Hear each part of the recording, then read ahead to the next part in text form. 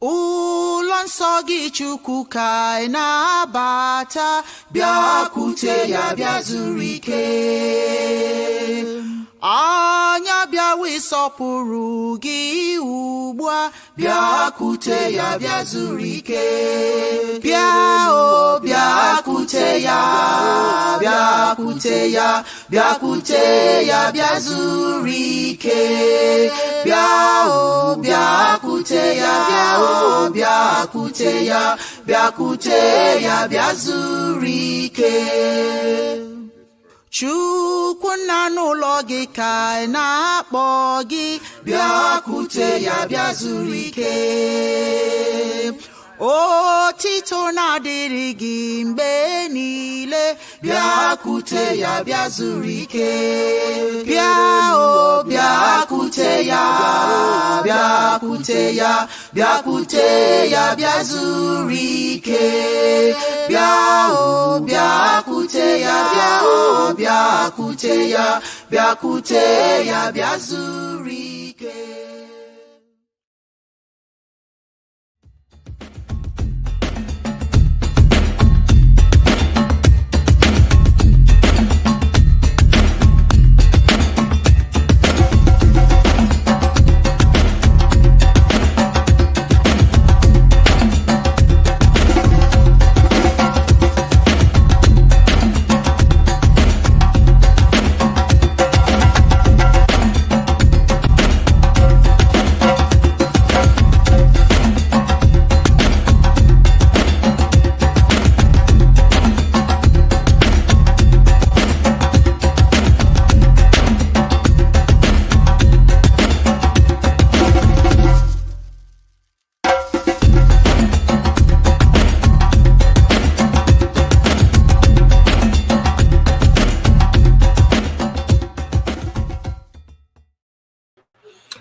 Otito niile dịrị Chineke, ọbọchị dị elu, Chukwu obiọma, Chidi ebere, Olisa nwa amara.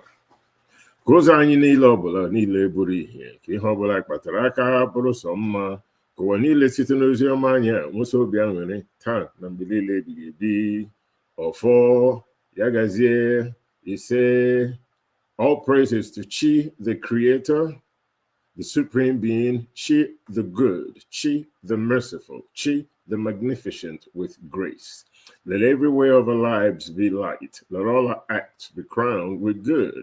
May the world prosper from our ministry, now and forever. So let it be. Amen. And so it is. Ndewo Dibias. Yeah, guys, yeah.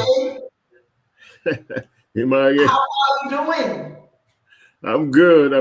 Every day above ground is a good day. It's so, good you know, day. The world is a little bit shaky right now, but, you know, we're confident that Chineke is in control, and all we have to do is do the right thing, and we will get to the promised land, whatever that may mean to each and every one of us. So let's go. Yagas here to all. Yeah. They won. Yes. Wherever you are. Welcome to another episode of Teasing Live. I'm your host, Dibias, Dr. Wonyo Seminary. And of course, we want to thank my co-host Dibias Onyoha for offering the opening prayer. You did me loud. All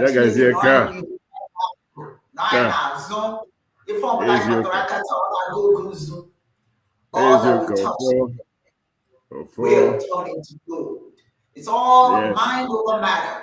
No matter what challenges we find ourselves facing any given day, if you will overcome it, you will. Yes. This is how life works. Believing that everything is possible, that you can overcome whatever is facing you. And God knows there's so much facing us all over the world, but we are so sure that there's nothing that we cannot overcome. Dibias is on the road to Abuja in Nigeria and thus not able to join us today. Before we go any further, my brothers and sisters, Biko, please hit the subscribe button and support our channel if you're watching today. So you see, we strive to bring you religious and more information for you to challenge our position. While we welcome your Yeah. contributions and thoughts, we give you information from our heart, give you information from Mother Africa.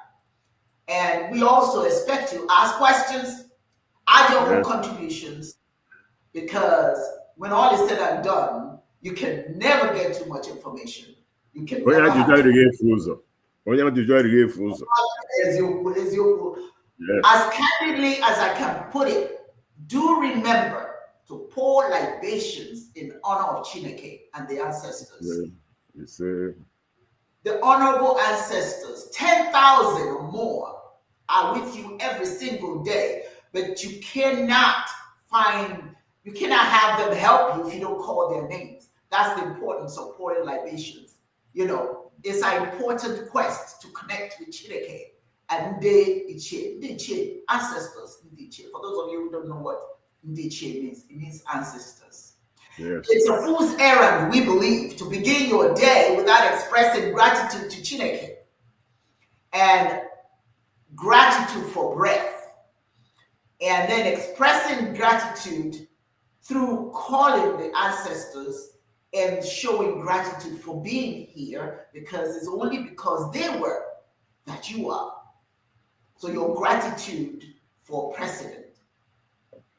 Our discussion today is going to be a little lengthy. I'll do the first part of this presentation today, and Dibias will do the second half. Our discussion today is the illusion of security, how privilege can vanish. You know, there's an Igbo spiritual song that urges us to look up, look down. Leanya buruburu bụ ihe niile Chineke kere, ihe niile na-eku ume ndụ. Look around you and see everything that has breath. Ihe niile bi n'ụwa, ihe niile bi n'eluigwe. Everything living on earth and all those things in the air and live in water. Doesn't matter how they look. Doesn't matter if they are handsome. If doesn't matter if they're ugly. Doesn't matter if they're small. It doesn't matter if they're thin or fat. It doesn't matter. They all receive Chineke's blessings. You say, What amount? See, what happens is some of us, what are those blessings I'm talking about? The only things that don't have breath are those things that are dead or extremely sick and thus have difficulty breathing. Aside from that, that's the one gift that Chineke has given to everybody. It doesn't matter what your status in life. That ability to inhale and exhale. The poor has it, the rich has it, the fat has it. Everybody's got that. That's the first thing. That's the first greatness. If you don't know, that makes you great. If you don't know, that makes you powerful. That's the first thing, because without inhaling and exhaling, you have nothing. That is the ultimate gift. But unfortunately, given what we're talking about, there are some people who feel privileged because certain things that they have that others don't have, they think makes them more powerful, more important, more significant in the whole scheme of things. This is what is called privilege. What is privilege?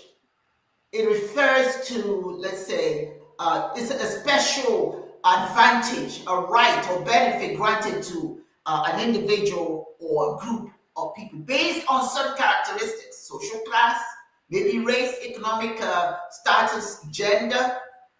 It is the definition by humanity given to certain people so that they can have an upper hand. And how does privilege manifest itself? Probably, wherever you are, you think about that. What privilege do you think you have over other people? The privilege can manifest in several forms, such as access to resources, opportunities, or social standing, and is even unearned. It can be unearned. In other words, that there are individuals who benefit from privilege who didn't work for it. Maybe because your parents were wealthy and they bequeathed their wealth to you. That's privilege right there. The concept of privilege is frequently discussed in the context of social justice and inequality for the most part. We try to highlight how privileges can create disparities in experiences and treatment among different groups in society. Let's talk about white privilege. I'm not talking about this to be racist. I'm talking about facts. There's something called white privilege. Many of us know it. Doesn't matter what country you live in. It doesn't matter where you are. You know white privilege. White privilege manifests itself in various areas, such as religion. When you're taught that certain people brought spirituality to you, and only through them, through their teachings, can you find Chineke, and that you push the ancestors aside. That's their privilege. That's their privilege over you, over your mind. Many of us have forgotten what our ancestors taught us, that we embrace something someone else taught us. They provide us education. We learn, particularly us people in Africa, we learn their educational system, and we think their educational system is better. That's their privilege over you. Employment. We go to school so we can become employed by their organizations, within their organizations. And only when we find ourselves working for them do we actually feel that we've arrived. That's their privilege over you. And sometimes we think in social interactions, we have to be where white privilege exists. We have to be where they are. This, again, may I repeat, it's not about racism. I'm stating facts here. And I want you to pay attention to it as an African person. See, privilege can provide you some advantages, but it does not guarantee security or immunity to life's unpredictability. See, life will bring you down. Life will bring you down. You may think you have it all until something happens and you find, wow, you don't have that privilege. You only have privilege if society says that you are privileged. But when life steps in, you find out that it's an illusion. Privilege is an illusion. Privilege makes us think that we're infallible. We're rich, we're white, or we're this, or we're that. Whatever society claims to be superiority, that's privilege that we want. But it's never according to us, because the world is a Serengeti. Survival of the fittest. Everybody else is trying to survive. The lion will not bring you amongst his children to play. It will devour you. So every time we want to be part of that infallible group, so to speak, we get checked each and every time. It's a common misconception that everything white, being white or being male and in power, equates to an unshakable position in society. However, it's important to know that people who have achieved the highest level of society echelon have fallen because of life's unpredictability. There's no security in privilege. It may last for a long time, but sometimes if life steps in, that may cause you to fall lower than you ever think you possibly can, or lower than people even anticipate that you can fall. High profile people, like CEOs, politicians, them, have faced sudden downfalls due to scandals. It takes one scandal for somebody who's wealthy, or who everybody looks up to. It takes one sudden scandal, or financial crisis, or personal choices for life's unpredictability to happen. Look at South Africa. At one point, white South Africans thought that they had it all, that the black South Africans were less than, and treated them accordingly. But now, that inhumanity that they gave to Black Africans, unfortunately, is becoming what's happening to them. I don't say that that's a good thing. No, it's never good for anyone to be hurt in any way. I don't care what race you are. But resistance to injustice can flip the book. Those who are being discriminated against may rise up and say enough is enough. Many of the Black ghetto dwellers are now living in mansions, and they're the leaders in the country in literally every sector. That's life's unpredictability. You can never take your privilege for granted. You can never, no matter who you are, I don't care if you're a male, I don't care if you're white, I don't care if you're purple, green, or otherwise, never take it literally that your position is permanent. Your position is not permanent. They say there's no position in life that is permanent. Let's talk about Jeffrey. For some of you who know about American history, and this is part of American history, Jeffrey Epstein, a financier who had it all, rich, had everything he wanted. He became a convicted sex offender. He faced serious charges related to sex trafficking of minors. He was arrested in 2019 and subsequently died in jail. It led to widespread media coverage and scrutiny of his connections with many powerful figures. To this day, we wonder, why would he kill himself? Or was that something other than that? Was something behind his death? I don't know, and I don't want to start sharing any assumptions. But that's how the mighty had fallen. That's how Epstein fell. He had privilege. And just like that, he lost it. Not only did he lose his privilege, he lost his life. Continuing with an American history, Harvey Weinstein, I'm not sure if I'm pronouncing it wrong or right. He was a film producer accused of multiple instances of sexual harassment and assault, which sparked if you are familiar with it, the Me Too movement. His downfall was rapid, leading to criminal charges, a conviction, and a significant impact on Hollywood. These individuals and many, many more like them have experienced significant loss despite their privileged identities. This could include tales of public figures who have lost their careers due to scandals or personal tragedies that led to financial ruin. It can happen to you no matter how privileged you are.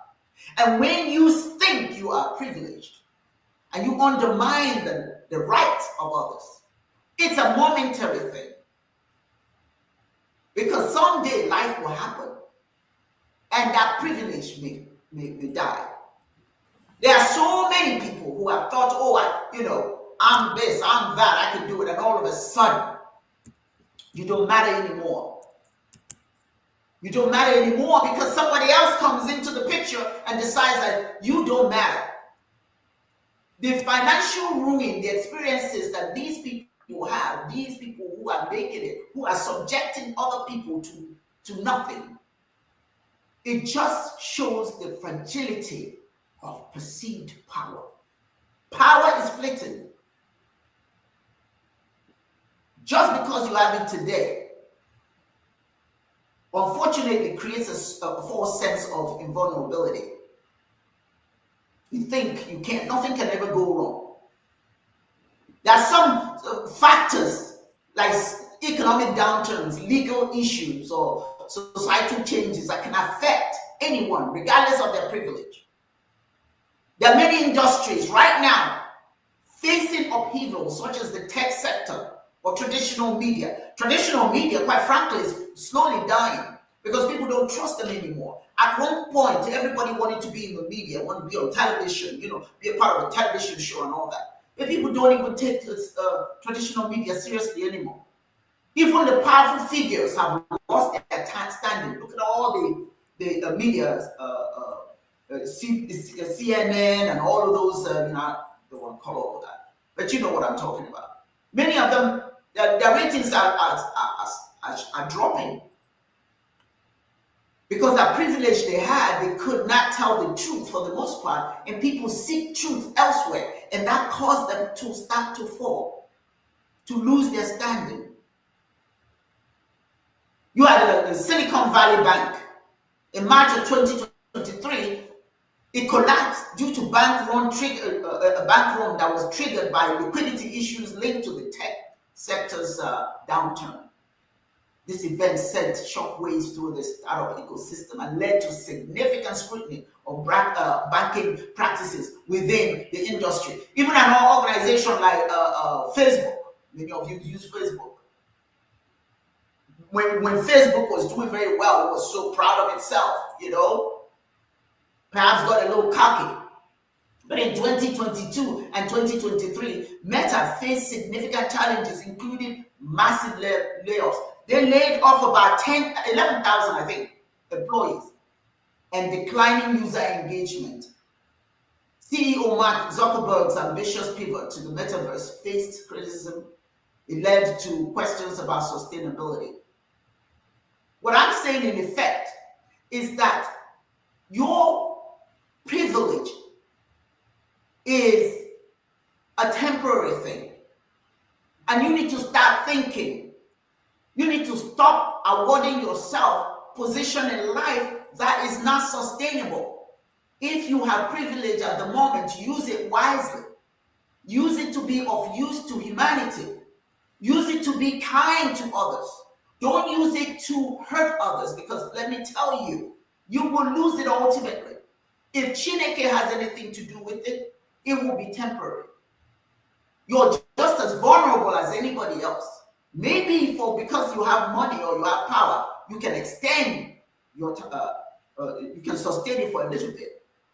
But ultimately, what happens when we don't think with our hearts, when we hurt others because of our position in life, sometimes Chineke just wants you to know that this is not permanent. I gave this to you. Chineke gave you all of this. But when you start misusing it, you may get a high. It will be like a drug. I'm doing this to these people. I'm this, I'm that. But here's the thing that's so interesting about life. No matter what you are, 6 feet under is where you're going. Even if they put you in a museum, you're still just, your body is there. So everything you've achieved that you enjoyed in life, when you leave this earth, it's gone. People don't always remember very rich people, but I tell you what they do. They can remember poor people who did good things. If you're very, very rich and very privileged and you do bad things, people don't remember you. They may remember you in a negative way. But those who don't have money, they use whatever little they have, whatever time they have, and share goodwill with humanity. People don't forget them. That's a different kind of privilege. Because you used your life, you used your time in a way that becomes beneficial, that people want to remember. People always remember what you do for them. People always remember how you changed their lives, how you made their lives significant. Part of privilege in Igbo spirituality, do not leave your brothers and sisters behind. Don't leave your brothers and sisters behind. My wealth lies in my community. You have privilege. You don't lose your privilege just because you're kind. It builds you up even more. It makes you even more significant as a living human being. Because he may imagine or not everything you do for another person, nobody forgets. We have to start using our heads. We, African people, must start using our heads. I am not here to tear down any race. That is not my point. The point I'm trying to make is your privilege cannot come from someone else's hands. Your privilege must come from your hands. And if it does come from your hand, use it wisely. Use it to do good. People will remember you. your legacy will live on. People like Hitler. Yes, people remember Hitler for the words. When you mention his name, the first thing that comes up is what he did to the Jews. You don't want that to be your legacy just because you're privileged. Nelson Mandela, when you talk about Nelson Mandela, he became president, but the kindness, what he did for South Africa, people remember that. Onyon. To him, no man, no woman was less than. Everybody was the greatest African of the 20th century. Yes, he was. Nobody less. Everybody. He had the privilege of the mind. Okay. He was a very brilliant. Yes, I'm proud that he's my father. He was my father. He's yes. my father now as well. Yes. But I tell you one thing. If only made a man, I get you that. If you do something good with your privilege, we will remember you. But if you use your privilege to hurt others, sooner or later you will find out that privilege, that privilege is so fleeting. When it happens to others, when because you think you're perched on the mountaintop and you look down on the commoners, and when things go wrong for the commoners, you say, oh, it won't happen to me. It's not my business. When it happened to the Jews, you said nothing because you weren't Jewish. When it happened to the Africans, you said nothing. You're not African. When it happened to the women, you said nothing. I'm not a woman. And then it happened to you. By this time, this is not something I initiated. It's true. It's a statement of fact. And when it happens to you, nobody will be there to help you because you have not used your privilege or your time in a way that benefits anyone. And so now when you are in trouble, nobody's interested. Nobody's interested. I want to play this video by Maponga Joshua, an African spiritualist, on why it's important for us to use our own African minds to think through our condition in the world and what we believe to be true. So I'm going to play that. Don't waste our time. Go and resurrect them first for yourself, then come and sort us out here also. But in the absence of that, in an African space, we don't play with things like death and resurrections. And you run around resurrecting people in stadiums and in churches. Man, you got your own relatives. You got your own mothers, you got your own fathers and uncles and aunts who die. Don't waste our time. Go and resurrect them first for yourself, then come and sort us out here also. But in the absence of that, let's discuss. Any man who claims to have power over death, then is claiming to have a supernatural power, which only God himself can claim. I'm not even worried about the resurrection, because even the people that Jesus resurrected, they are all dead. From Lazarus to the young lady who was resurrected and the young boy, Jairus' daughter, and the other, they all died at the end of the day. So there's no miracle in terms of resurrection. It's just a wow for shocking people for the moment. But in reality, the real resurrection is that which must happen within our own hearts and our own minds, our consciousness, the resurrecting of the African people from the lies that the white people have told us for such a long time, until we wake up to discover that even a dead man who resurrects from the dead cannot help us. So we don't need a physical resurrection.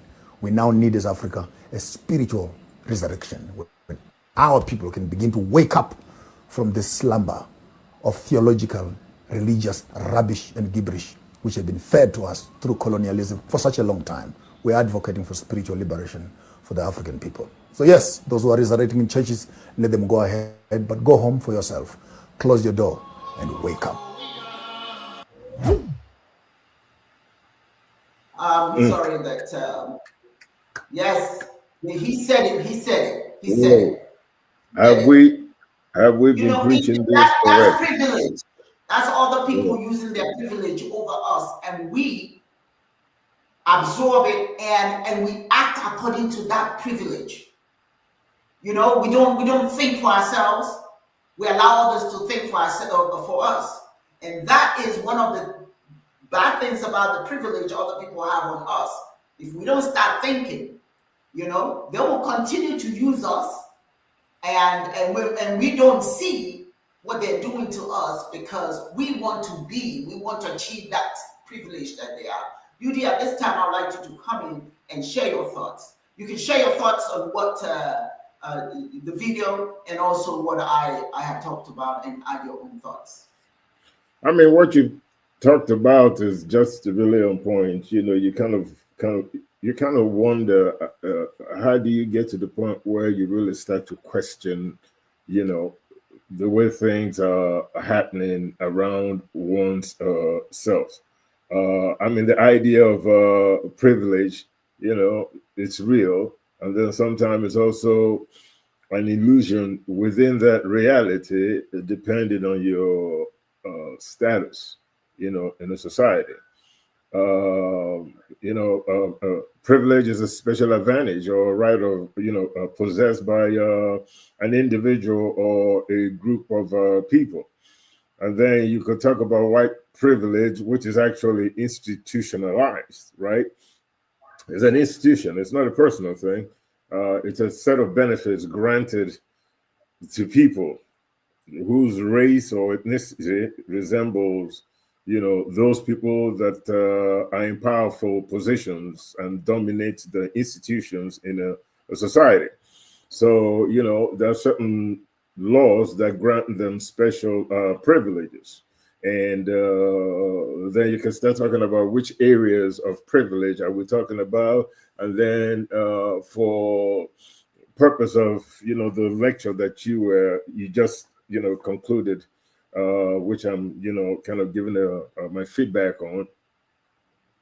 Religion is one of those privileges, right? Where you convince other people, either through false coercion, that God, which is pretty much the highest, divinity, in most religions, if not all, that creator looks like you, and that everything else is null and void. And you build these institutions, a lot of times through imperial patronage and through the centuries, and in some cases, millennium, 1,000 years. You establish these privileges in the society that affects a certain, a segment of the population positively, and everybody else in a very negative way. So sometimes when you look around and see how things work, or if you at least understand how things work, if you understand how these things are affecting you, particularly people of African ancestry, and start asking questions. People talk about a Black privilege, right? Which is advantages that include, like, access to education, employment opportunities, housing, protection, from discrimination, right? Something that is given to you. But there's no place that in this description it talks about these privileges being part of the institution. It just says it's an advantage that includes greater access to education, blah, blah, blah, blah, blah, whatever that access may mean, and how race may affect the access. Do you have the same access as people, of a different racial makeup? Do you really? How does that affect you? So you got to really understand how the world works, which in our own community, I think we continue to have difficulty in really parsing our problems, intelligently, and figuring out a course of action. And the only course of action that I could think about is exactly what the gentleman was talking about in the video. And I had talked about it too. If you remember, I had delivered a lecture in Michigan where he urged people of African ancestry to rally around a common philosophy, explaining that when the interest of the Arabs, for example, is in jeopardy or is threatened, they rally around Islam. Chinese people, when they are threatened collectively, they rally around a cultural, spiritual philosophy. For example, like Taoism, Confucianism, or Buddhism. Indians, the same thing. When they are threatened, they rally around the spiritual philosophy of Hinduism. Europeans rally around Christianism. But Africans,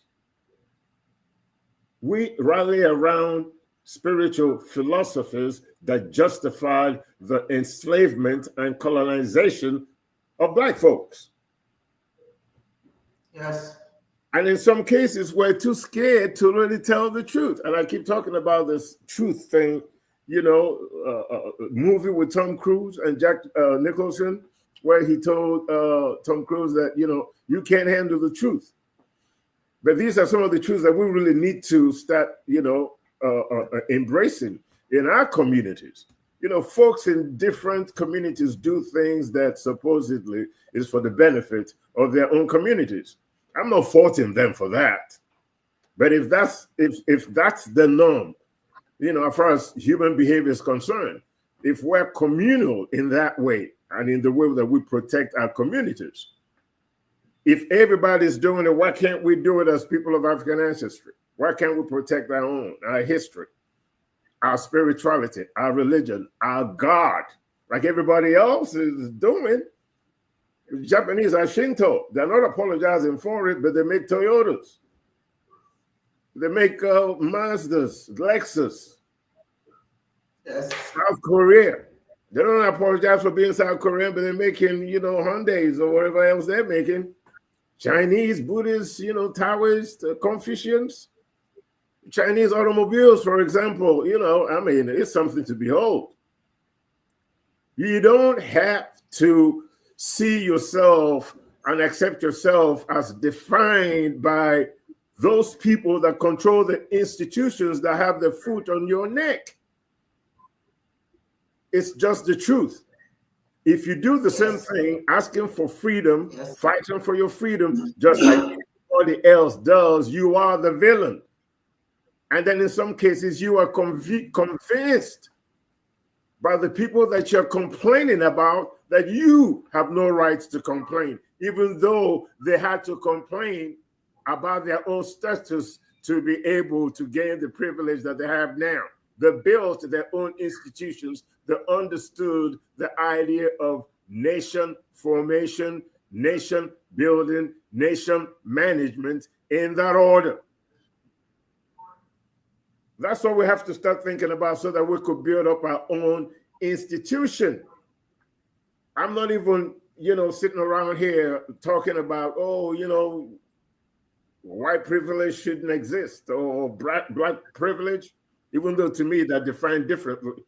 The first one is more powerful because it's institutional. And the second definition of black privilege is something handed to you by them. And there's limitations to it.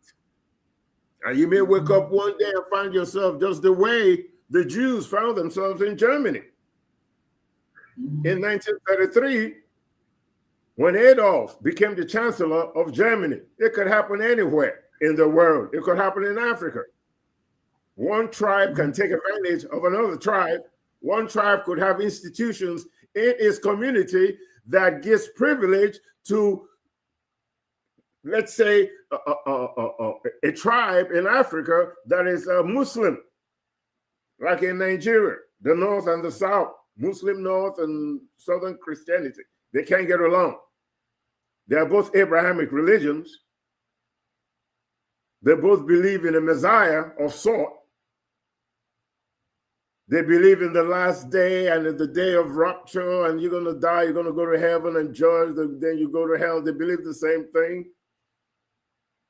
Some of the beliefs are a little extreme on one end, or the other, 72 virgins. I mean, if you believe that, hey, whatever makes you happy or keeps you on the path of straight and narrow. If you want to trip on that, go right ahead. If it makes you a good person, cool. But if you want to use that to discriminate against somebody else, then that's a whole different conversation to have. And then in a lot of situations, you have this illusion of privilege that you think you have. because you've been convinced that there's something about your race that makes you special, that makes you more than somebody else. So you buy into that. Institutionally speaking, you forget that the laws of economics, a lot of social laws and experiments and so on, is going to affect you too. You might have white privilege or Chinese privilege or whatever it is in whatever community that you belong to in whatever country, but don't forget, the Great Depression affected everybody. Black, white, yellow, green, red, and blue. All colors of the rainbow were affected during the Great Depression. Great Depression didn't care you were black. It didn't care about your privilege. They didn't care about anything, at least to the majority of people all over the world. The Great Depression didn't care if you were British. It didn't care if you were German or French or Russian or Japanese or from sub-Saharan Africa, South America. It didn't. It affected everybody. It was global in nature. So there are events that will happen because we were sleepwalking. We didn't address the inequalities and a whole bunch of rot that we saw before us. We kept quiet. We were mute. We thought it wasn't going to affect us, so we didn't say anything. And voila, economy goes down. It takes a white person with it. Economy goes down. It takes a black person with it. Economy goes down. It takes a Chinese person with it. Economy goes down. It takes an Indian person with it. Economy goes down, it takes the rich with it. Economy goes down, it takes the middle class with it. Economy go down, and the poor just stay where they've always been. Maybe a little poorer, but hey, condition ain't that different from before and after. So why would I just float through life and think that we have an advantage, that nothing is going to affect us because those people who created the institutions that convinced us that we were better than somebody else under the same flag and constitutions and rules and laws in any country. It's just an illusion, because when it goes down, everybody goes down with it. And if you have a tyrant at the top, almost everybody's going down.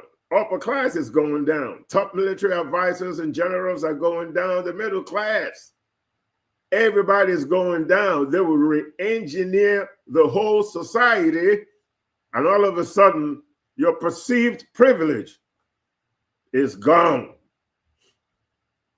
That's what we have to understand and keep this in mind. The people that want power don't care about equal rights or human rights or any rights that interferes with their ultimate goal, which is domination in whatever capacity they seek. That's my take for now. Okay, she's probably not there, but I'll continue, to speak. So the point I'm really trying to make is it's really important, particularly now, that we really start looking at what's going on in the world, particularly in our communities as people of African ancestry, whether we're from the islands in the Caribbean or whether we're in Europe, whether we're in Asia, the Middle East, whether we're on the continent. We really need to start seeing one another as one, because nobody else sees us as different. I mean, people from all the, communities, as far as human racial categories, when they see you with your dark hue and your kinky hair and everything, nobody's asking if you're Jamaican, Nigerian, South African, whatever. You're just black. And we all get the same racist attitudes, regardless of what continent blackness belongs. You say? Yes, it's very true. And you know what, Dibia, when you lose privilege, there are some consequences for losing privilege. when you're up there and you lose your privilege, you can experience mental health crisis, identity crisis, because you're so used to being all this illusion that you think you are. It has a psychological impact when you lose all that privilege, because your identity, for the most part, is tied to your status and how individuals, and how people see you. So you may struggle with the feelings of inadequacy or shame when you're faced with loss. That's why you have to, they say, come down from your high horse. Because if you don't, when you fall hard. You fall hard. True that. There are insights on mental health that you should pay attention to. Sudden change in socioeconomic status can really hurt very bad. Okay, Yes. it can create like burnout. You're just burned out because you can't think anymore. You nothing that you're once you're falling, nothing that you're doing. You try to work hard so that you can get back there. You burn out because sometimes you can't get back there. And you also felt you face isolation, and disconnection from those people who held you so high, but now you've fallen. You're no longer part of the crowd. So privilege, once you lose it, it can be quite disconcerting. It can be quite disconcerting, And then, of course, let's talk about the economic stress impact on not having the kind of money, finances. You don't have that. You can't buy that Ferrari when you want it because all that money is gone. Hey, I don't wish anybody, any ill luck. I want people to be wealthy. I want people to be privileged, but understand what privilege is. Understand that it may not be permanent. So you have to chill a little bit. You have to come down from your high horse and mingle with the commoners. You have to understand that someday you may become one of those commoners that you look down on. Yeah, true. If you work somewhere where there's no support, no culture of support at your job, when you're no longer what you thought you were, they have no use for you. They kind of put you in the back burner, and where you will stay until you quit or until you retire. And of course, when you lose your privilege, you also are prone to anxiety because of the uncertainty. You don't know what's coming down the pipe. You don't know what to do. I mean, privilege is a good thing, but I'm telling you, be humble. Privilege can make you humble and dog you.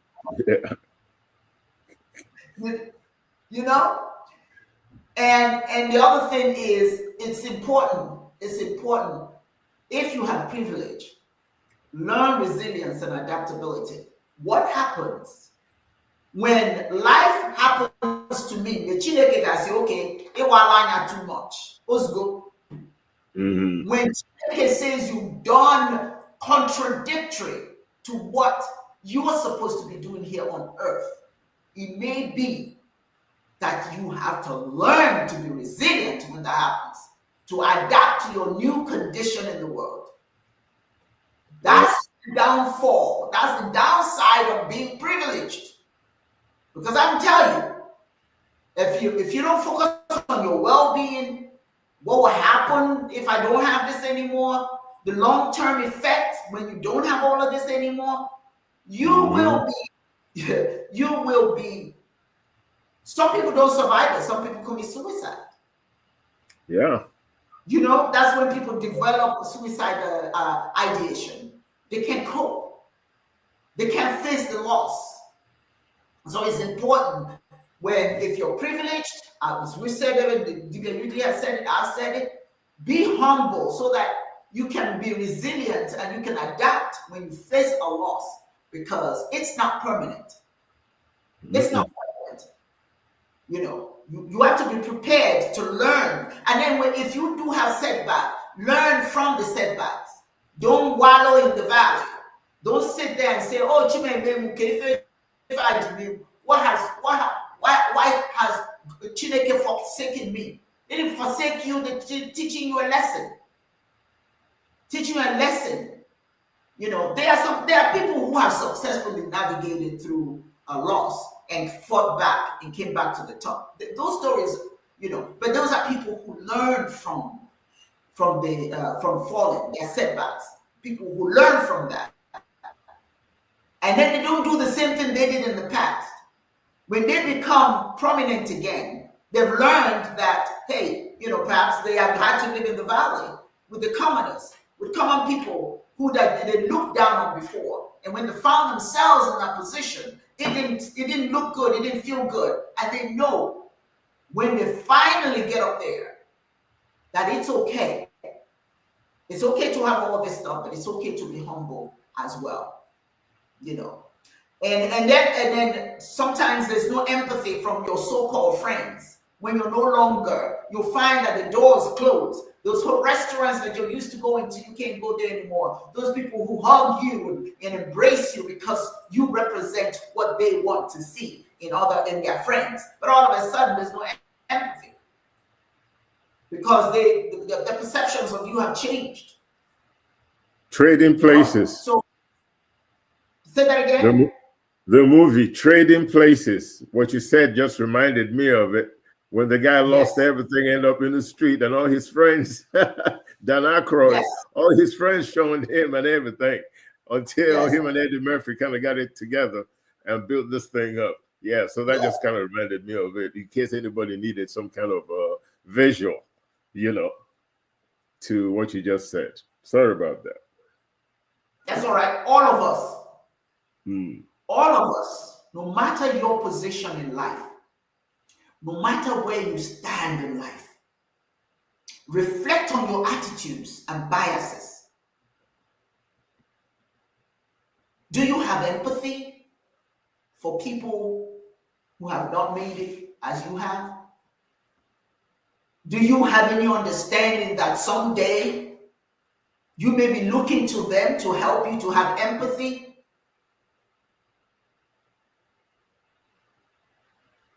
It doesn't, you know, privilege does not equate to a lack of struggle. There are some people who fell from privilege and then they had to struggle to come back up. Some people have had to struggle to come back up. Wherever you are, whatever you think you are, I just talk about the American election. There were many people who thought, oh, it's not going to affect me one way or the other when health insurance is lost. Yeah, it's not going to affect me. I've got health insurance. So you don't think about those poor people who have no health insurance, who may lose their health insurance. So when you cast your vote, it didn't matter to you. You were casting your vote for what's important to you, not what will impact other people. You don't see that. You see yourself. I'm Caucasian, so everything is in my side, on my side. It's not going to affect me. Or I'm a man. It's not going to affect me. I'm a woman. I'm a white woman. It's not going to affect me. Or I'm a Mexican woman. I mean, whatever your reasons are, whoever you are, you think it's not going to impact you, but it will. Sooner or later, you will look in the mirror and say to yourself, me? Why me? It's not supposed to happen to me. Yes, it does. It always happens. I don't care who you are. The only thing that saves any one of us from the utter humiliation of life happening to us is to learn how to be humble while you have the privilege. Because it's a hard way down to the bottom. When you lose your privilege, bicycle, and you're driving a fancy car, and you splash water on that person, you don't care. You're privileged. You're driving your Mercedes, but you're not paying attention. Sooner or later, you may lose that Mercedes, and you may not even have the bicycle that that person had. This is reality, fundamental. For peace of mind, for peace of your health, for living in society, you must humble yourself. Because the empathy you seek from others, you may not get when you find yourself to be in their position. Life has a way of equalizing everybody. Life has a way. So if you're a doctor or a lawyer or an engineer, or whatever in life where you are perched in the hierarchy of human society, within a while, those people who don't have it, if they're patient, they may get to where you are. But the sad part of it is that when you get to where they are, you can't deal with it. Because privilege is not permanent. It's not permanent. Every single day, I look at myself, how fortunate, I'm blessed. I'm not a millionaire by a long shot, but I can tell you, I can eat. I have a roof over my head. And just that privilege, just having that privilege reminds me that if I can help others, if I have it to give, I may not always have it to give, but if I do have it to give, I do. I do. Dibias, you know, I will fight every day for somebody else to eat. Of course. I will fight when. That's what you do. Yes, some of our programs involves helping people in ID camp. Somebody just wrote me yesterday and told me that this little girl has to go to school. It's going to cost 87,000 naira for the year for her to go to school. And the girl got on there. She, you know, you playing on my psychology, right? So they put the girl in front of me and she said, "Thank you, ma. Thank you, ma. I haven't done anything yet. But what is that saying to me?" What is she saying to me? I need help. I'm counting on you. Yeah. I expect that you will help me. That's what that is. That's what that thank you, ma is. In other words, I'm not giving the opportunity to say no. The opportunity to say no. Yeah. We know where you are in life, Dr. Simere. You have to help.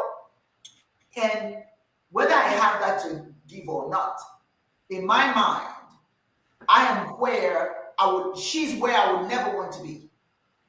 And she's where I don't want her to stay. So one way or the other, we will find the funds to help her. So she'll go to school. The alternative is she'll be in the streets.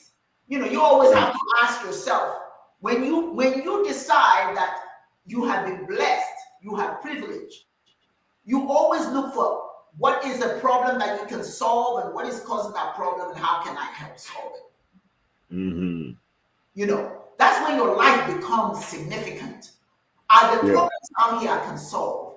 And, you know, you can't solve everything, but those problems that are out there that you can solve, what is causing that problem? You must know what's causing it to even determine can you help. Just because there's a problem doesn't mean, oh, you can help and solve it immediately. No. You got to figure out what's causing it. And then you look at those people who are impacted by this problem. And then you have to ask yourself, if I choose to solve it, how can I go about doing it? Do I have the means? Do I have the mindset? Do I have the understanding that what I do for this person may come back to me tomorrow? You know, like many stories abound of people who just, on reflex, just did something positive for somebody. There's this story, and it's very true. The story of a young man who stole. She went into the drugstore and stole medication, and the guy at the store saw him and, you know, grabbed him and was going to punish him for stealing. And the man saw what was happening and said, "What's the problem?" The young man says, I stole some medication for my mother who's ill." And the gentleman says, "Oh, what's wrong with your mother?" She says, "Well, I don't know, but she takes this medication." And so she, you know, it was like a cold medication. So the gentleman said, "That's okay, I'll buy it for you." And the little boy said, and we don't have food to eat. So he goes ahead and he buys a little bit more food and a little bit more of the medication and gives to the little boy. And the boy thanked him and went home. Years later, this guy had become an older gentleman and was in the hospital. He was in the hospital and he had to have surgery, but he had no money. He had a daughter who was sitting by the bedside crying because they couldn't afford to have a heart surgery for this gentleman. Mm-hmm. The doctor who came in to sit to take care of him started asking some questions, and in some way realized that this was the man when he was a little boy who bought him the medication for his mother. Now he's a doctor, and this man needs to do this How do surgery. you know? He did the surgery for the guy free of charge. See, sometimes if you use your privilege in a positive way, it comes back to you. It comes back. Don't ever assume that you're wasting your time helping others. Or if a Chineke talking, that's what God wants you to make. Chineke, that's what you are put on this earth to do, to be of service to others, as well as responsibly to serve others. That's how they remember you. It's a boomerang effect. It will come back to you. It will come back. Maybe not today, not be tomorrow, but sooner or later, it will come back to you. So do good in spite of your privilege. In spite of your privilege. In spite of. No, absolutely. In spite of, tomorrow is pregnant, HED, right? Yes. Tomorrow is promised to no one. Every day above ground is a good day. So don't live your life assuming that tomorrow is promised to you, that your condition will never change, because you never know, with your privilege and all, you may find yourself with the privilege that you enjoyed in any said, society or community. You find yourself, upper middle class or upper class, and, with the rich, whatever. And next thing you know, you start coming down, and all those people that you probably stepped on your way up, all those people that you saw as you were going up, now you're meeting the same people as you're coming back down. Now, think about this. If you, with your privilege, is a nice person, understanding that tomorrow is promised to no one, you will find that as you are affected by conditions that you could not or you cannot control, those people that you met on your way up, that you're now meeting the same people on your way down, they will help cushion your fall as you're coming down. And you will find that because of the kind of individual that you are, those people will help you get back up there, because they know that while you are up there, you are doing some good. That's right. But if you have not done good with your privilege, and here you come waddling down, those people will be helping you get down as fast as they possibly can till you get to the bottom of the pile. And once you get there, they will step on you. You will never rise up to enjoy your so-called privilege. You forget that regardless of what privilege you think you have in a community, God help you if you are poor, if you're a person without means. Yeah, God help you. People with privilege fall harder. Yeah. People with privilege fall harder than people without privilege. I think I'm frozen. It's true. That's what I'm saying. And you find out that people that have privilege don't always use it the right way. Right now you hear about people like I can't remember his name, but it's a Berkshire Hathaway, the investment house. The old man with the 30 that is asking people to give away their fortunes, and all that stuff, and kind of like help everybody. It's probably genuine. I'm sure it is. But there are rich people. What's his name? Mrs. Jeff Bezos of Amazon. That lady has given out more wealth away than all the men combined, man. That lady has given away billions of dollars already, just like that, to charities and all. And she's somebody who's very privileged, but she's blessing everybody left and right that I don't think she's ever going to run out of money where she's ever going to be poor. I mean, if she spends her 40-something billion that she had or whatever, and she ends up with $2 billion, I mean, I think she could live off of that for the rest of her life, don't you think? You know what I'm saying? And Yes. so she's not going to be hurting. But what I can say, though, is all the people in the world, people that were affected by her generosity, will sing our praise forever. Yes. For as long as those charities exist, right? For as long as they exist, history is going to remember her as probably the most generous, philanthropist of all time, Mrs. Jeff Bezos, former Jeff Bezos. But my point is, be cognizant of your surroundings. What do I mean by that? Be cognizant of people that are less than in whatever capacity. Yes. Maybe people that are underprivileged economically, maybe people that are spiritually downtrodden, right? Maybe people that belong to a specific segment of the population that have always been, mistreated or something like that. So maybe you are one of the few privileged people that have better angels, right, as guardians, and you're able to live your life with a level of conscience, as a spiritual being, which in Chiism, that's what we expect, of everybody. But just be cognizant, be good to one another, be good to people. Let's be honest, as far as humans are concerned, nobody as a human being is privileged or is Chineke's favorite. I don't think in anybody's a spiritual history where you could actually truly claim that you are the only people chosen by God and everybody else is a mistake. The only place that it exists for us is in Abrahamic religions, right? Yes. My way or the highway, Lord of the Savior, last prophet, whatever. If it works for those people where those religions are culturally relevant, so be it. After all, in Chiism, we say that your greatest, defense against imperialism is your spiritual culture.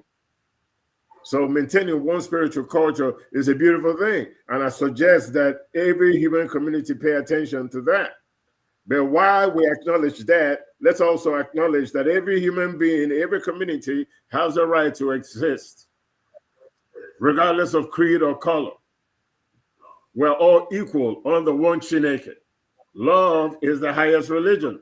That should be what we all should profess spiritually. Yes. All relevant. A lion is no more important than a jaguar. A jaguar is no more important than a cheetah. A cheetah is no more important than a tiger. Blah, blah, blah. Yes. I don't think a beagle is any more important than a German shepherd or a chihuahua. Yes. A bee, a wasp, everything under the sun has a purpose. Remember that song? Mm-hmm. Yeah. In the beginning of the show, you just sang that song. Everything has a purpose. Everything. All roses are not red. Red rose, yellow rose, white rose, blue rose. They even got black roses now. But all roses are not red. Diversity is divine. So while you're enjoying your privilege in whatever capacity, in whatever area of human endeavor, whatever race you belong to, just remember, diversity is the divine. Chineke, God, is not stupid. Yes. That's the reason why diversity exists in the world, in all things, in the food we eat, in the fish we eat, in the plants we eat, in our minds, in our likes. Everybody doesn't like Cadillacs, but we love cars because we need cars to get around. But not all of us drive Lexus. Some people like Lexus, some people like BMW. Depends on what your economic, which economic strata you belong to, or the purpose of buying the car in the first place. Maybe you just want a truck. Some people like trucks; they don't like cars, but they can afford cars if they wanted to. Some people like tall, women. Some people like tall men. Short women, you know what I'm saying? It's not all the same the way we think. Our philosophies are different. We're diverse. And a lot of times the way we see ourselves spiritually and the way we fit into this world is influenced by geography, where we find ourselves. The way the European thinks of Finland is different from where the Igbo man thinks of Eastern Nigeria, in Abia State, in West Africa. Two different climates. We see the world differently. We have different animals. Basic thing that connects us is the ground that we're standing on. We all bleed red. That's about it. There's no snow in West Africa. There's no jungle in Europe. They got forests, but they don't have jungle. Two totally different worlds. Different from Saudi Arabia, land of the desert. But everything has a purpose. Everything has a season. The seasons affect the world. Nothing is static. Even spiritual religious philosophies are not static. They evolve too. Christianism in the Middle Ages is not the same thing as today. I mean, let's face it, Presbyterian Church did not exist in the 15th century. So many religions today did not exist, especially religions that, adhere to the Abrahamic faith. Christianism, Judaism, and Islam. They are diverse too. I mean, in Christianism, you have the Catholic Church, you have the Anglican Church, you have the Cherubim and Seraphim, you have the Baptist Church, you have all kinds of Christian churches, but they're all reading the same Bible, different version of it, but it's still Jesus. Same thing with Islam. It's still the same Quran, different versions of it. Same thing with Judaism. They read the Torah, different versions of it, but it's still the Torah. I mean, it's still Adam and Eve. That story didn't change. They all have things that they share, that they have in common. It didn't change. But that's them. Chinese do their own thing too. You got Confucianism, Taoism, Buddhism in India, Hinduism in Japan, Shinto, blah, blah, blah. Everybody doing their own thing. Under the sun, their rights to exist.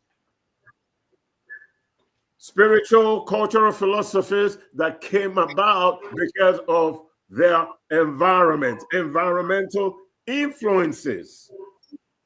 People learning the idea of nation formation, nation building, and nation management in every world community, including in Africa, before we were dislocated and re-socialized into everything else other than what we were originally before colonization and slavery.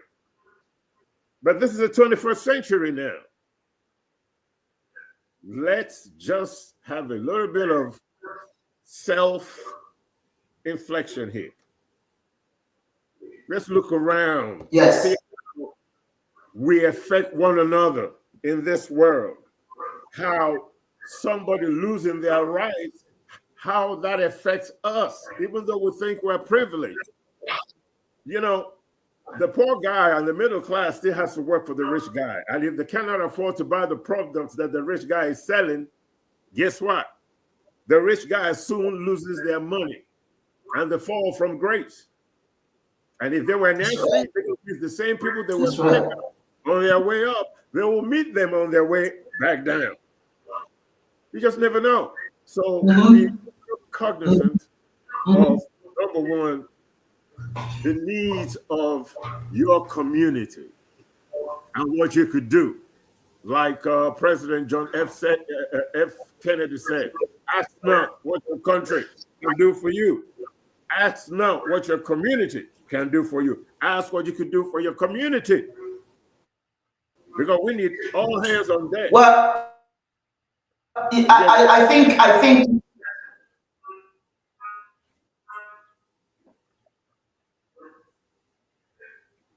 What, you saying something? Huh?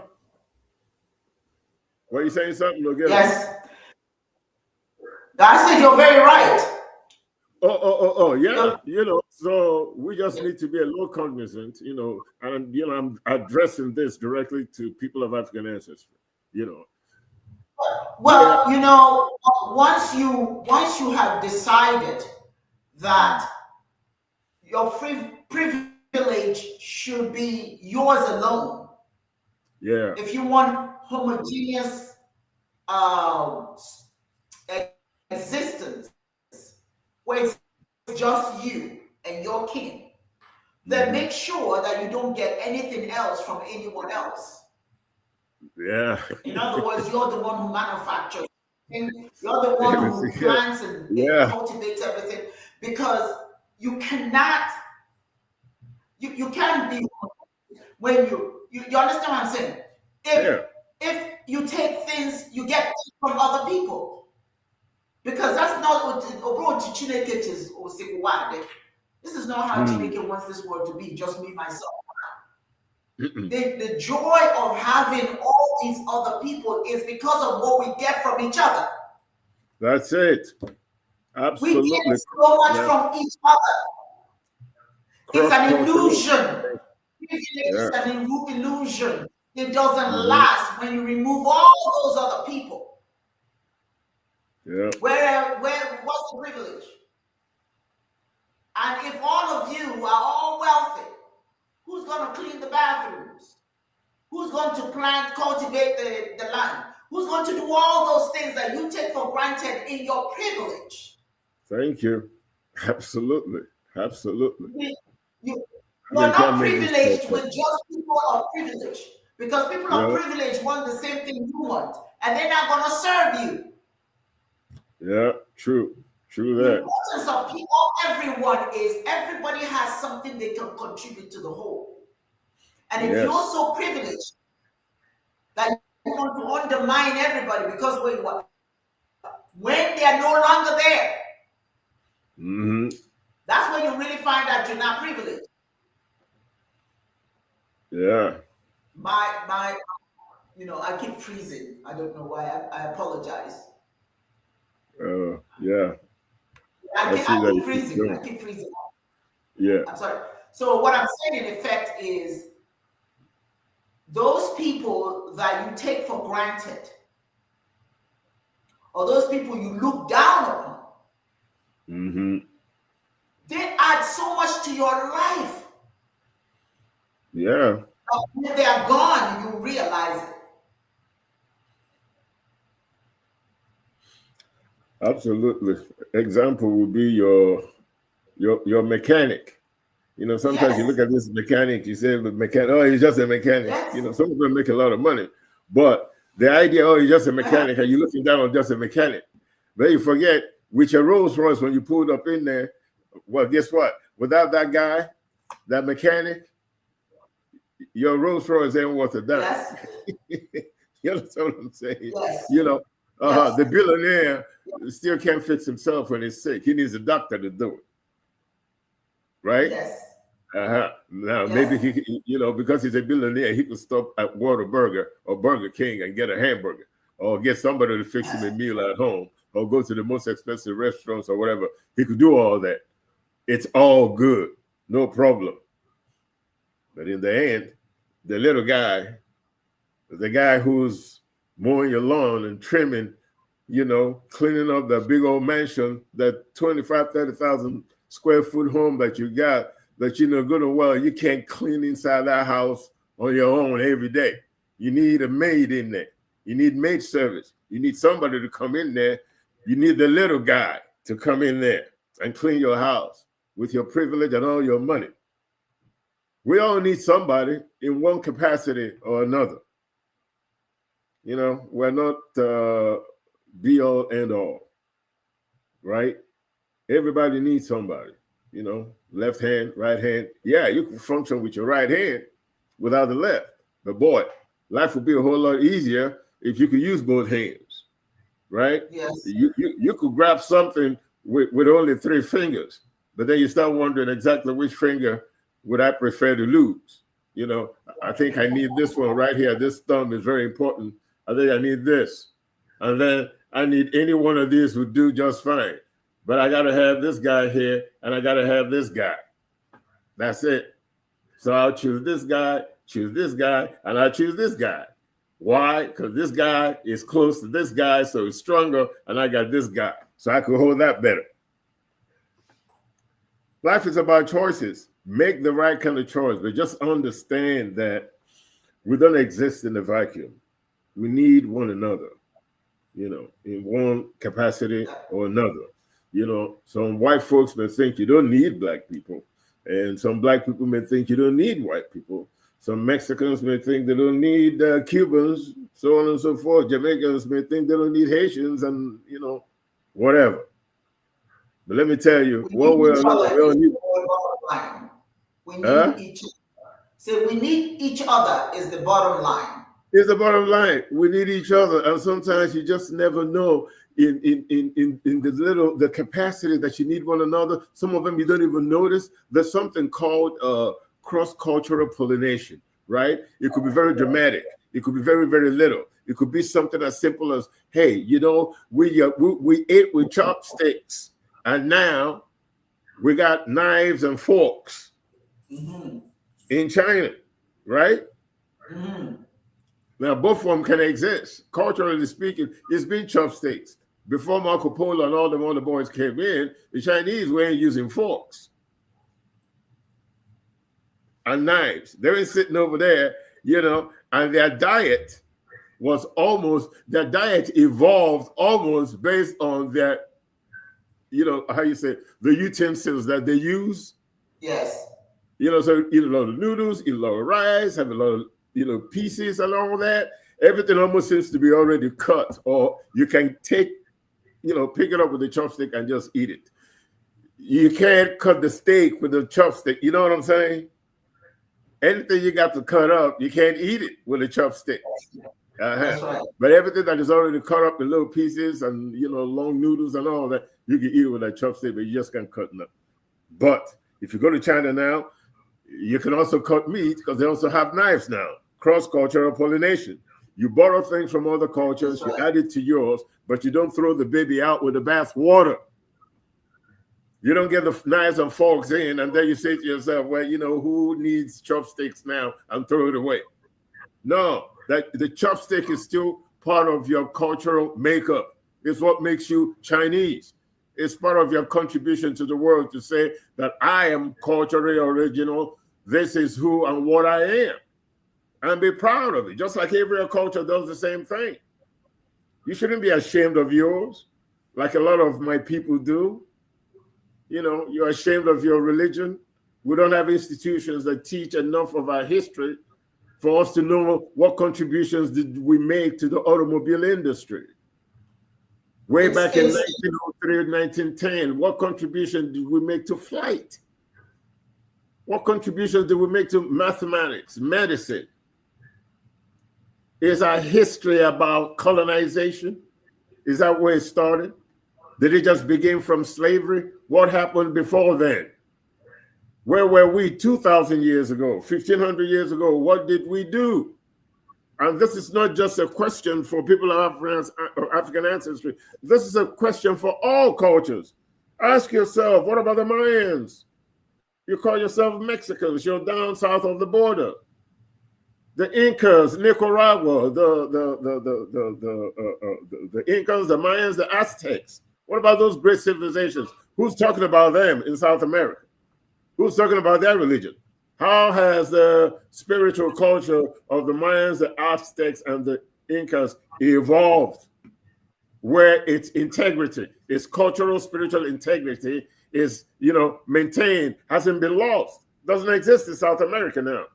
Everybody's preaching with the rosary and Catholic this, and then they got all kinds of saints now. Even the cartels got their own specific, saints that helps them with whatever. You got all kinds of saints. And then they worship those saints. They sacrifice people to those saints.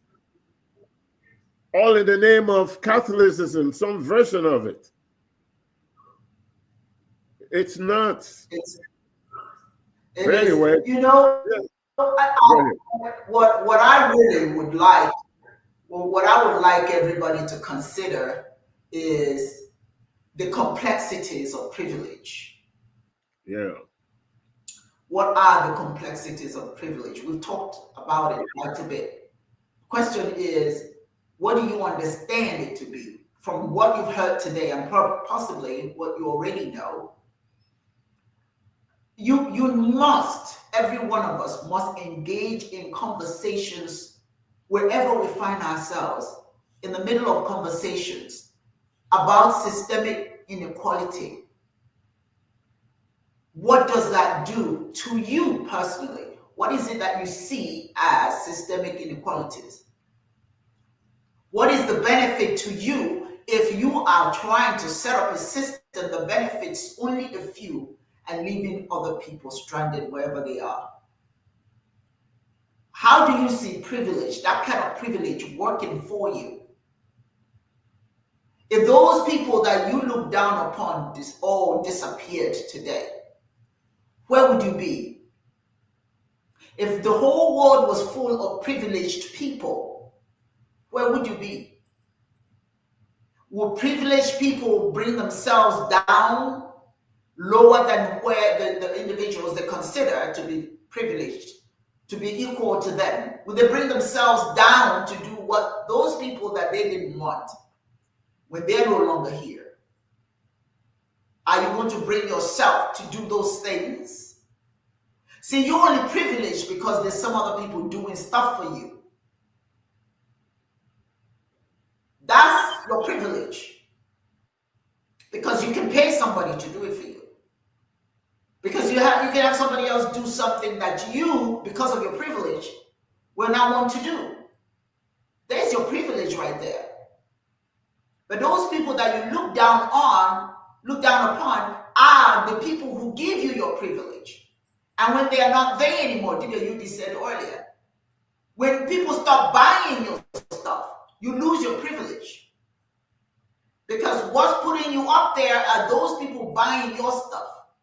If you used to sell 100 items at the tune and make $10,000, if 900 people, if it costs $1 each, and 900 people decide not to buy, all you got is $10.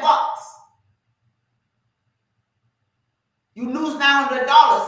I mean, all you have is $1,000 because you down lose $9,000.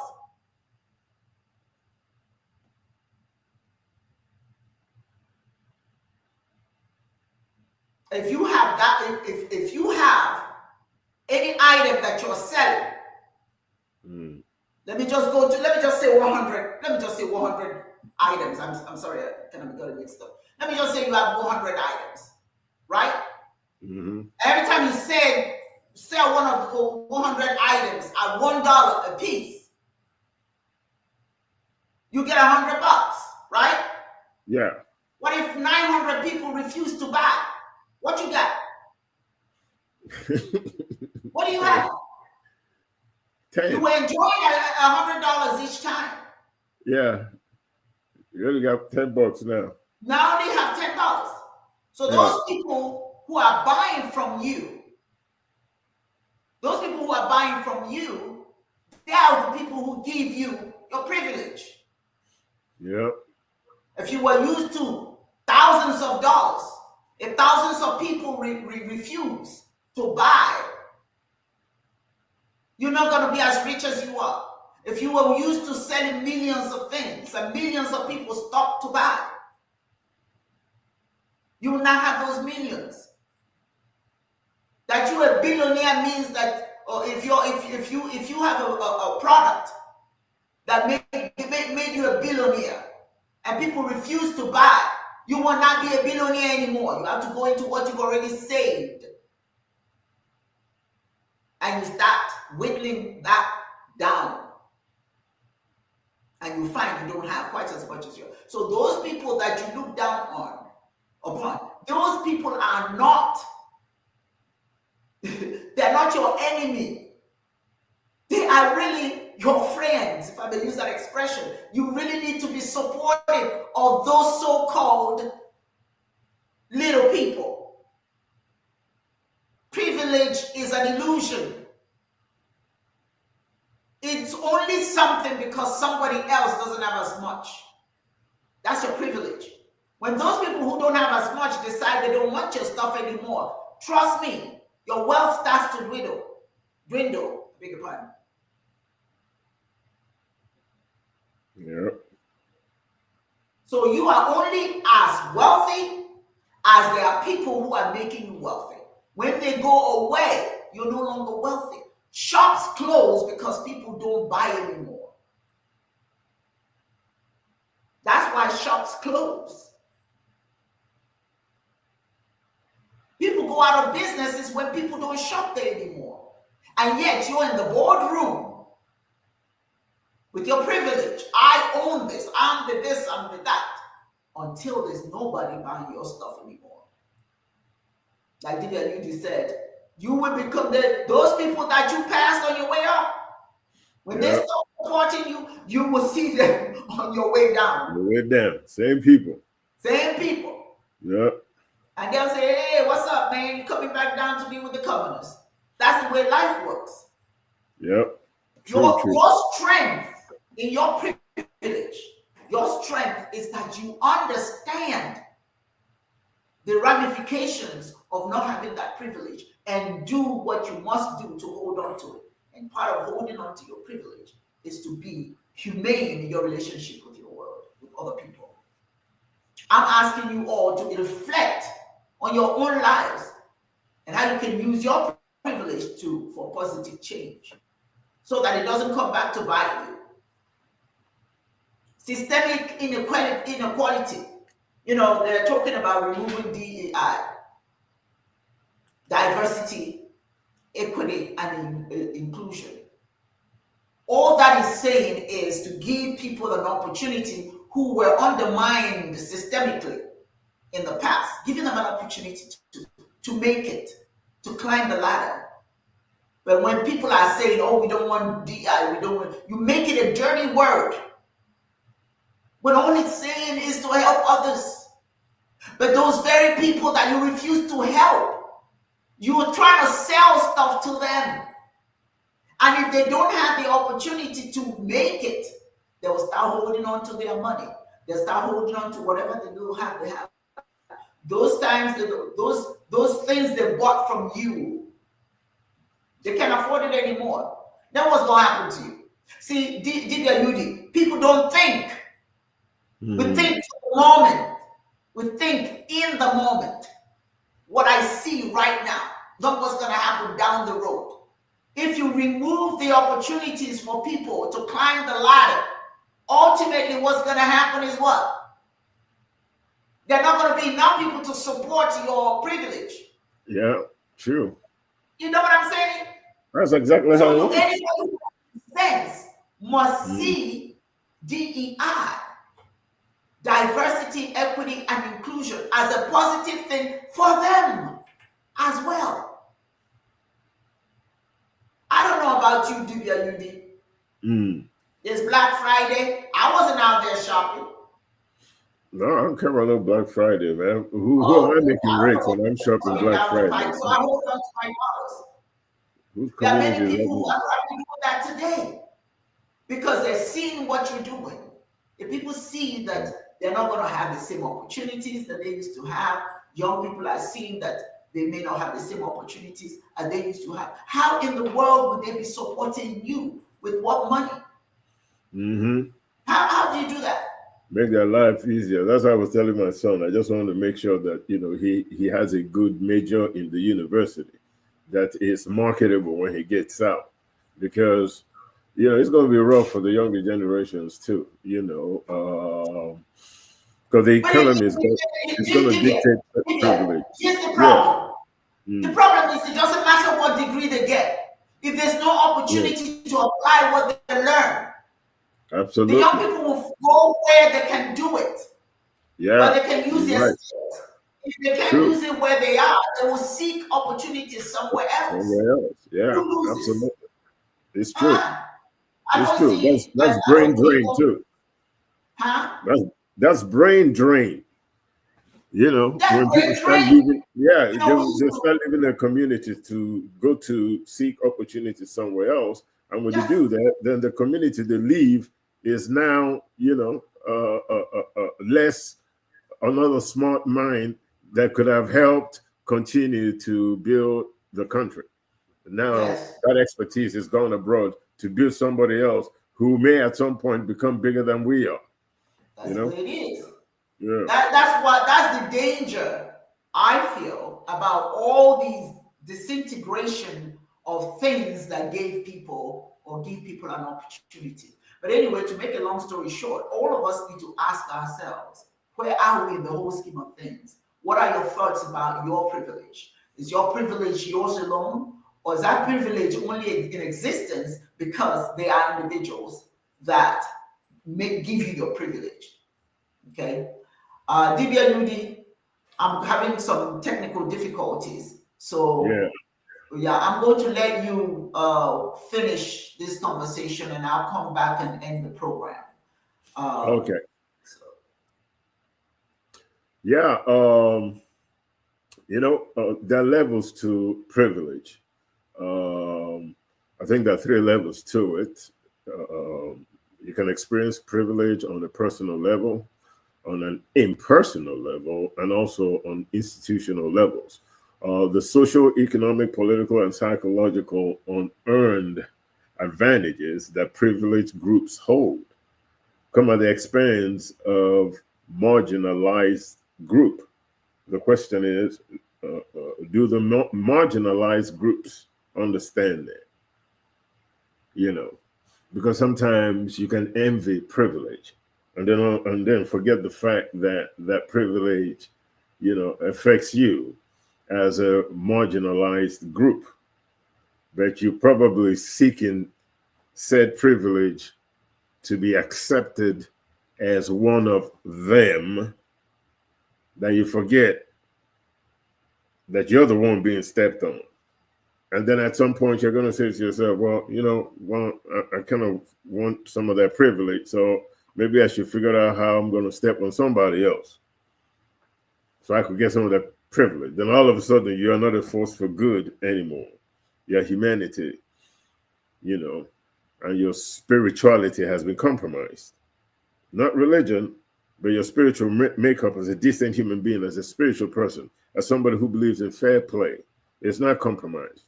Love is no longer the highest religion in your book. You're now about what you got to do to be accepted institutionally by those people that wield power and make the rules. You know, whoever has the gold makes the rules. Sad thing is, that's the way it's always been. Just the way good has always been around, so has evil. There has never been good without evil, and vice versa. There's never been evil without good. They complement one another. I mean, you need the left side to know which is the right side. You know what I'm saying? You need up to know where it's down. You need down to know where it's up. You need good to know what's bad. You need evil to know what's love. It's just the way it goes. And all of them, believe it or not, are divine. You know why? Because the Creator created these things. And for the most part, all the life-sustaining forces that can do us good, but also do you harm if you're in the wrong place at the wrong time. You could be affected, but the same things that are keeping you alive can also kill you. So beauty is in the eye of the beholder. But the bottom line is, we just got to really pay attention to how decisions in politics, you know, economic policies and social policies and religious, you know, spiritual rules in any one society, you know, who is gaining from these rules and norms, you know, who's been marginalized. We need to understand these things. And then we need to ask ourselves, what's in it for us as a group of people? Understanding that in Pan-African way of thinking, when the community rises, the individual rises right along with it, right? A rising tide should lift all boats. That's the way it's supposed to work. Same thing with the way we relate to one another. The society comes first because we live in that society. We're not living as normals. We're not living individual lives for the most part. You know, that requires a different set of politics and rules. But for the most part, as communities of individuals or families that live together, we got rules that we have to follow. Everybody has to conform. And you have to understand how these rules affect us or affect you. What privileges affect you positively and negatively? What are you enjoying as privileges in your community? And what are you lacking? Who's got what? How does it affect you as a community? You understand that if your community is going down, you go down right along with it. But if your community is rising, you rise with it. How do we become independent of a lot of these influences that deny us some of the privileges that we complain about in the individual societies that we live in? In my country, Nigeria, where I come from, where my roots lie, Mbonyibo. I'm from eastern part of Nigeria. We got problems over there too, with people enjoying privilege, those in power that remain and maintain power, destabilize the whole society so that they continue to enjoy certain privileges dictated to them by all the interests that don't have the interest of those people being marginalized in Nigeria or in any other country in Africa. This goes on everywhere. It's happening in Russia, I'm sure. It's going on in Europe somewhere, in Asia, in Africa, in South America, right here in the United States and Canada. It's the same thing. It's no different. You just have to understand and realize that. And then say to yourself, why are we always, as people of African ancestry, always trying to do things like somebody else? Nobody else is trying to do stuff like we. They could take everything that we're producing. They've always done that. They've rewritten history. All our contributions to civilized behavior. If you don't get on the internet today, or if somewhere in your mind you're not curious enough to see what contributions your ancestors made to civilized behavior, you will go through life not knowing how great you truly are, how great we truly have been. You can think of our contributions in Europe. There's a book that Heike Okeonyo had written in the 60s called, and early 70s, it's called While the Devil Was Painted Black. Talked about when Africans ruled Europe. Talked about the Moors, the Black Moors, so on and so forth. We talk about the Olmecs of North America. There's a lot of hidden history that otherwise wouldn't have been hidden if there wasn't a concerted effort to wipe our history off textbooks so that we don't know how great we are, how great we've been, what contributions were made to civilized behavior. From cutting off the noses of sculptures because the nose supposedly identifies race. Well, if you leave the noses there, it will say nothing but African. So you could just see all kinds of, European nobility that are black, but their noses are cut off. It exists in the museums. I'm not making this stuff up. It doesn't exist.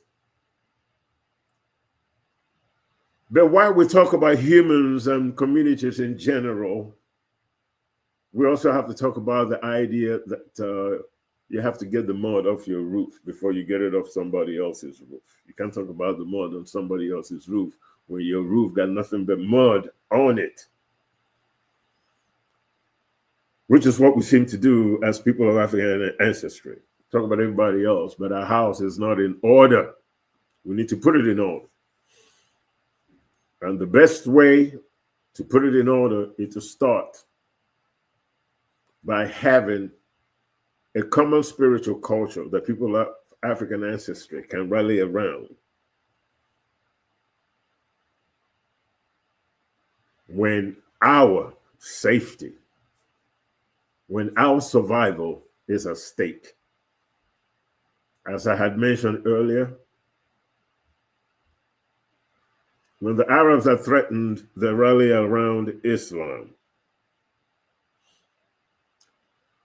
And being Muslim has privileges.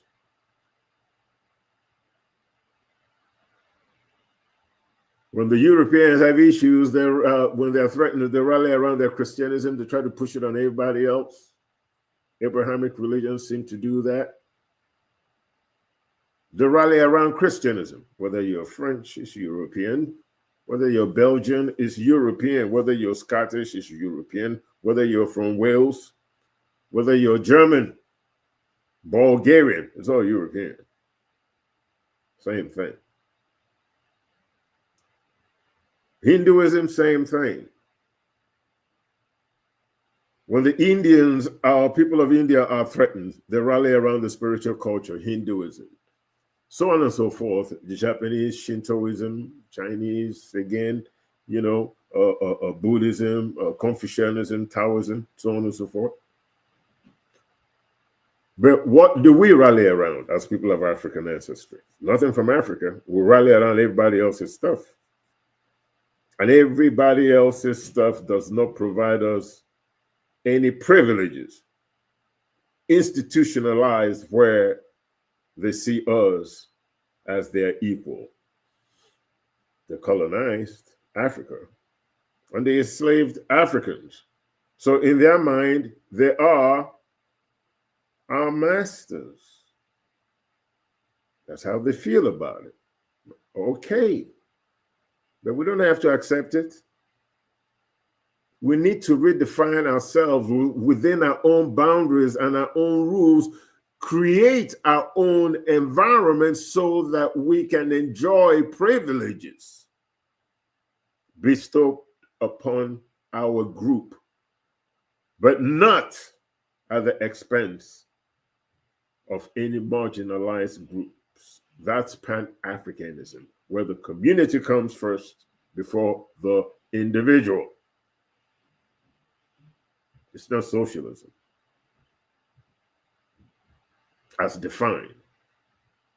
It's called communalism, not communism. Communalism. Community. Communal politics, where the community is paramount. Everybody else comes after the community, including the Eze, the ruler.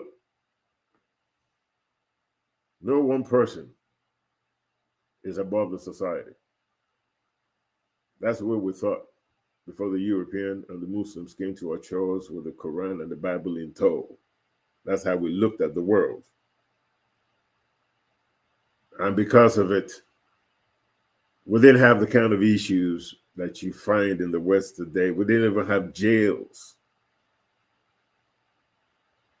We have rules, spiritual, civic. We had rules. We didn't need jails. We didn't need, those extreme measures to punish people. But we have spiritual rules and we had norms in our communities that made sure that there will be no jails. Because we didn't need one. And it worked for us till the European came. And we became their first inmates. If you ask me, I think we've been inmates ever since then. Nothing has changed. shackles may have been taken off our limbs, but in our minds, it's still there. The God that we worship does not look like us. We don't understand that to fight imperialism, you have to be culturally original. It is your cultural and spiritual history that defines who you are. A people without a spiritual culture do not exist.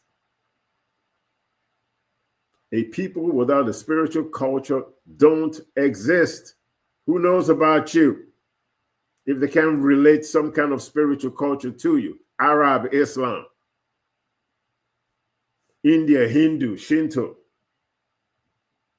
China, Buddhism, Confucianism, Taoism, Japanese, Shinto, the Arabs, Islam, so on and so forth. It identifies you as a people. A people without a spiritual culture don't exist. They don't. We need to come together as people of African ancestry. Forget about I'm Jamaican and I'm from Ghana and I'm from Nigeria, I'm from South Africa. If you're African American and you're seeking your African roots, you're seeking your roots in Africa, where you come from, and then you're told that you come from, let's say, from the Dengue tribe, that you were hoping that you were a Zulu. Then they told you you're not a Zulu, and then you get this disappointing look in your face. Like if you're African American, you have to be Zulu. Or if you're Jamaican, your roots have to lie in Ethiopia somewhere because you're Rasta or something like that. As opposed to accepting what's in your blood. But when you came here, you had no choice. We don't choose what family we belong to. We're born in it. And then we make the best of it. And that goes for all races and religious cultures and so on and so forth. We have value as a people, and we have to see ourselves that way.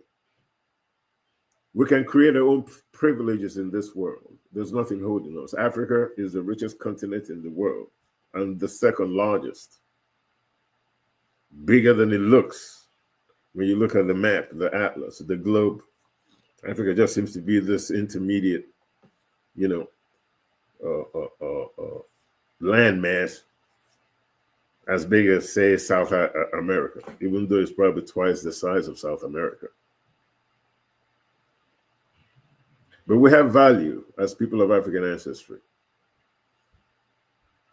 And some of the privileges, yes, even within our own communities, we seem to have marginalized groups too. Just because it's African doesn't mean that marginalized people doesn't exist in Africa. Yes, they do. In a lot of African countries, we have leadership that, I'm not too happy about. Just nothing to brag about in some countries. Just the leadership, just nothing to brag about. I mean, it's embarrassing to even say you belong to certain countries.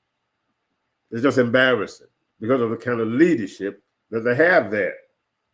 The total disregard for the ordinary person, for the engine of any economy, of any society, the ordinary people. They're not invisible. They too deserve some privilege that is institutionalized. So that being a poor white person or being of African ancestry or being Hispanic, so to speak, or Chinese, Asian, Indian, whatever. So that doesn't weigh too heavy on your chances of making it in life, in any community.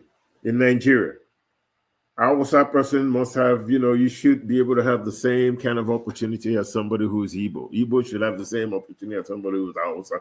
Hausa should have the same opportunity as somebody who's Yoruba. Igbo, Yoruba, Hausa, Benin, you know what I'm talking about, all these different tribes. I should be able to go to Maiduguri in northern Nigeria and feel just as privileged under a constitution that says that as long as I'm a citizen of Nigeria, that I enjoy certain institutionalized privilege. But remember, even when it's institutionalized, in the end, when things go awry, everybody can get affected, including the privileged people and the marginalized people. Everybody gets hit the same way. The Great Depression is a prime example of it. But other great nations are doing the same thing that we have been asking, imploring our people to do. Have a sense of pride. There's a lot of privilege that goes with that when you're prideful of where you come from. Put your community first, allows you to be a good steward in all areas of human endeavor. In whatever responsibility that comes your way, for you to become part of the solution to help us rise to the next level. Do it with a clear conscience, with good conscience, with love in your heart, understanding that love is the highest religion. We need to build our community. Every community in this world has that responsibility towards itself, to build itself up. It's a God-given right. As an African, I have the same right to exist as a European, as a Chinese, as somebody from South America. Yes, I do. It's my right as a human being, unless I'm not a child of Chineke, unless I'm not a child of God. But if I'm a creation of God, yes, I have a right to exist. The Iroko tree has the same right as the redwood. The duck and the chicken have a right to exist. Of course, the chicken is more of an expert on land, while the duck is an expert in water. While the duck cannot drown, the chicken can. But while a pin cannot stick a chicken on land, a duck with his flat feet, can get pricked quite a few times. But anyway, let's try to be good to one another, love one another, and understand that on your way down, if you're not a good person, you're going to meet the same people that you were stepping on when you were going up. Love always has been the highest religion. There one. Are you there, Ogele? Yes, indeed. They want to thank you, Dibia UD, again, guys, for having left the studio for a while, because I'm having some challenges here with the technology. But you've done a fine job. The bottom line, everyone who has joined us or who will join us eventually, is first and foremost, please pay attention to your own sentiments about your privilege and how you're using that to serve humanity. And if you take the time, you will find that you may have the opinion that channels what we talked about today. You know, I'm better off than others, so I'm good. You're not good. Nobody's good, because when life happens, you may find yourself not where you are today, but exactly where you don't want to be. Life has a way of correcting injustice, so don't just don't leave yourself open to be a victim of life's unpleasantries. You know, because it does happen. And I do urge you, I'm excited to report, and I'll have this posted by our next program, and that is our Ndumoto gatherings in Snellville, Georgia, at a new office space or center, if you will. I'm so excited. You had the opportunity to go there. It's going to be a wonderful opportunity to receive that. And I'm going to have that information. It's not posted because we're just going through it. I'm going to have that posted on our website and also on Chiism Live on Facebook page so that you'll have that information and hopefully be able to join us. If you're here in Georgia, you join us. Again, we're going to make sure that you're able to attend because we'll have it on Zoom, so you can see us where we are, and you'll be able to join us accordingly. So anyway, everyone, I really do hope that you enjoyed the session today. Privilege is an illusion. Bear that in mind, because it can vanish in a heartbeat. Be kind to one another. I don't care what your race is. Everybody is important. Even if you think your race is more important today, you're not. You're just a member of the human race. So wherever you find yourself is a temporary thing. It may be generations. Okay, maybe you have the privilege for generations, but at some point, things may take a different turn. You don't want to be at the receiving end of this turn. Thank you all very much for being with us. Dibias, thank you for your, here we go again. I'm frozen in place. But thank you, Yudi, for your contribution. Thank you, everyone who joined us today. Pleasure. Forward to speaking with you again next Sunday. So it is. Oh, Dibias, Yudi and I are going to be at an event. We're invited to be at a church in Decatur. So we're going to have a video posted in Cheers of Life for you to peruse and let us know what your thoughts are. Thank you, everyone. We look forward to seeing you again next Sunday. Take care. And so it is. Now that's it. That's it. Yeah, that's it.